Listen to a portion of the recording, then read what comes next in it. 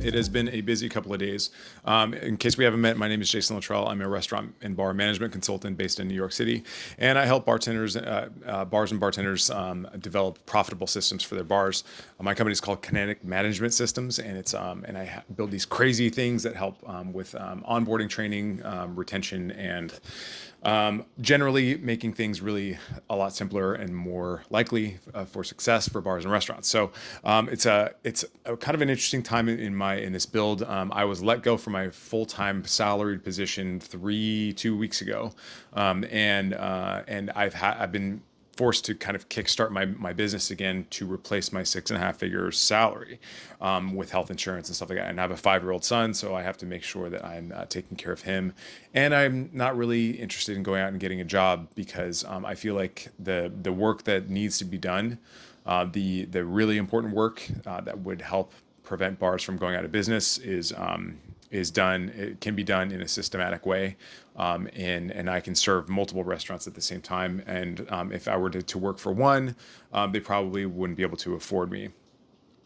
So right now I'm kind of struggling to get the word out. So I've built a couple different things, and what I'd like to do is do more direct marketing stuff. So I'm doing these videos every day, and then I'm chopping these videos into smaller bits with Opus Clip, and then putting those on the platforms. But where am I going to be driving that traffic to? And so what I'm going to be what I'm kind of contemplating at this point is I built a newsletter automation that will allow me to send out an email newsletter every Monday or every Friday or whatever it ends up being. I'll probably test a few things out just to see what works, what doesn't work, what people open, what people don't open, that kind of stuff.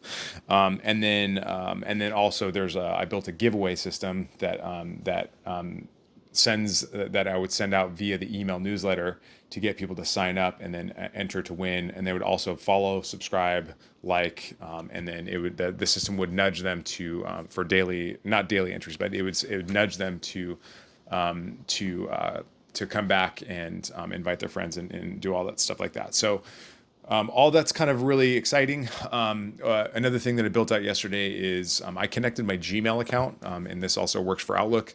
But every time I get an inbound email, it gets tracked in my system as a lead. Now, what I set it up to do is that when a new contact is created in my system, a week later, 7 days later, that contact will get an email from me saying, "Hey, would you like to join my newsletter? Would you like me to add you to my newsletter?" And so they have two options, and they're called trigger links. And so one of the trigger links is, yes, sure, I would love to get that. And so it's they click that, and then they get an email confirmation saying that that's going to happen. And then they double opt in because I want to make sure that my sender reputation is good. If you've seen my other videos about email marketing, then you want to make sure that people really want your stuff and that they have an easy way to get out if they don't want it anymore.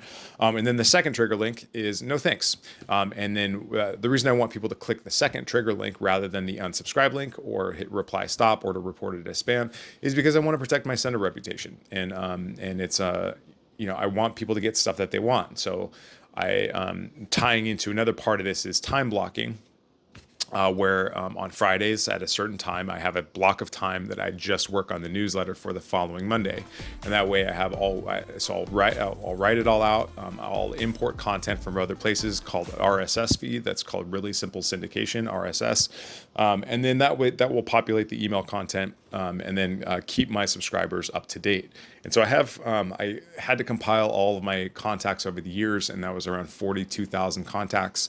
And then I ran that through an email verifier that went out to about 8,000.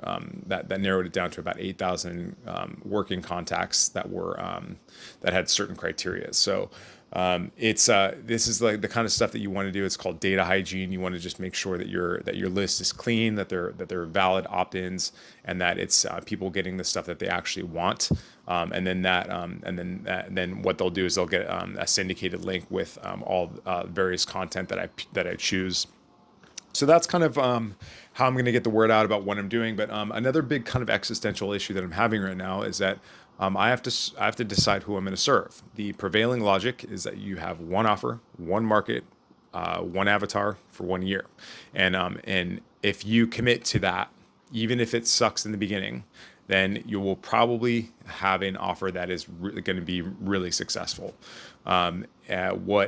What I've done and what most people I've heard in most of the books that I've read, every guru that I've listened to, they always say that if you switch around, if you move things around, then it confuses people, and you're not going very deep, and you're just going wide. You're kind of skipping the surface. You never really get any traction. So I have two buckets of people that I'm trying to work with right now, but I have a lot of interest already in the stuff that I'm doing, and so like I have to decide.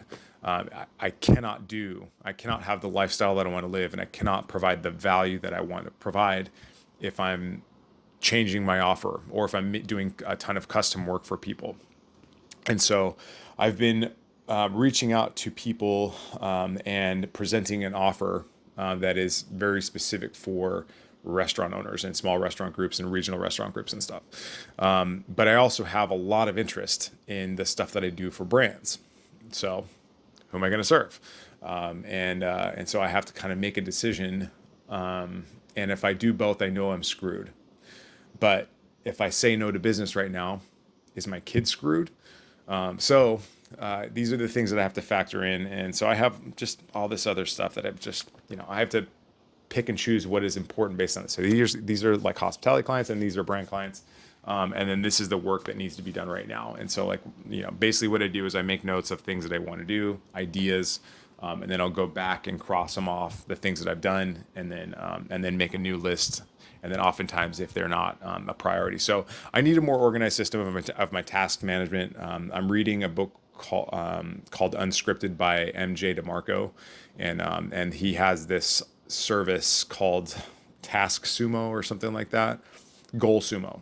It's called Goal Sumo, and what it does is it's like this system that helps you put in your goals and then make sure that you prioritize them. It's an app basically, and it prioritizes the things that need to get done now, and making sure that you're also putting things into your task management system that allow for time for future facing goals, as in things in 30 days down the road, 5 years down the road, etc. So I'm trying to temper the right now things with the later things, and making sure I'm being strategic about how I use my time, because as before when I was working a job, as is now, and is how I want it to be in the future. I want to be able to drop my kid off at school, and I want to be able to pick him up at school.